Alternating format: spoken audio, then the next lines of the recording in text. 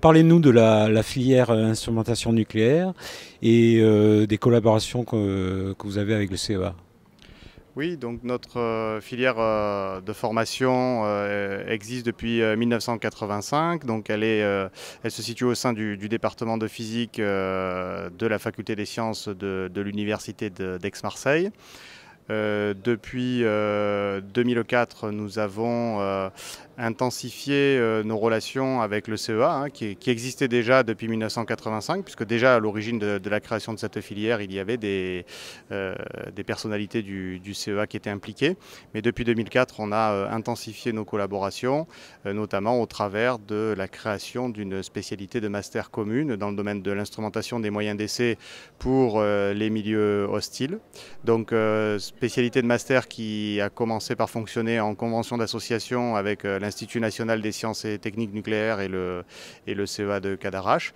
et qui depuis 2008 fonctionne donc en cohabilitation entre nos deux établissements, donc l'Université d'Aix-Marseille, l'INSTN et le CEA.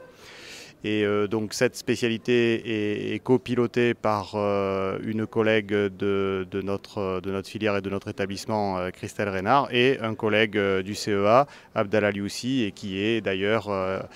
chairman de cette conférence internationale ANIMA. Effectivement, parmi les collaborations que nous avons développées, nous avons commencé l'histoire d'Anima ensemble par la co-organisation de la première édition en 2009 ici sur Marseille, avec nos collègues du SCK belge, que nous avons prolongé sur la deuxième édition en 2011, et on est de nouveau aujourd'hui sur Marseille.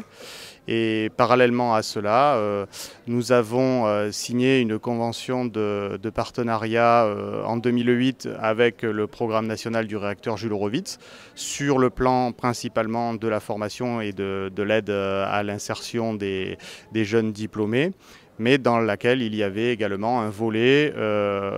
orienté sur de nouveaux programmes de recherche et développement. Et l'année d'après, ça a donné lieu justement au démarrage d'un programme commun entre le CEA et l'Université d'Aix-Marseille qui s'appelle INCOR et qui concerne le développement de technologies innovantes en instrumentation pour des mesures photoniques et neutroniques en cœur de réacteur, notamment pour le futur réacteur Jules Horowitz.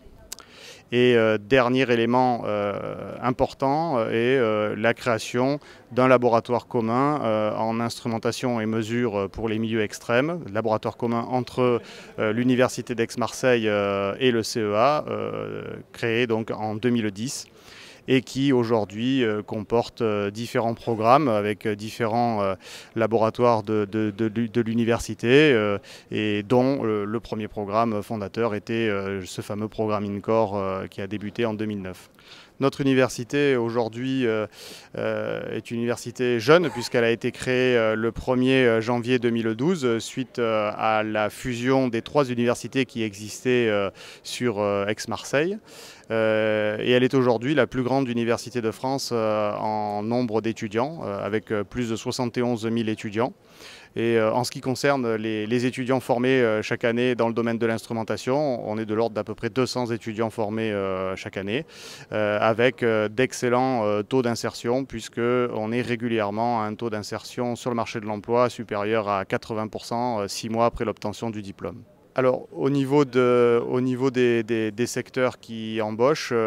nous avons à la fois de l'embauche dans les industries, mais aussi beaucoup dans les sociétés de services aux industries, et plus particulièrement au niveau des industries nucléaires, les sociétés spécialisées dans le service aux industries, que ce soit sur la part de l'ingénierie ou la part de la maintenance, et ce type d'activité technique en lien avec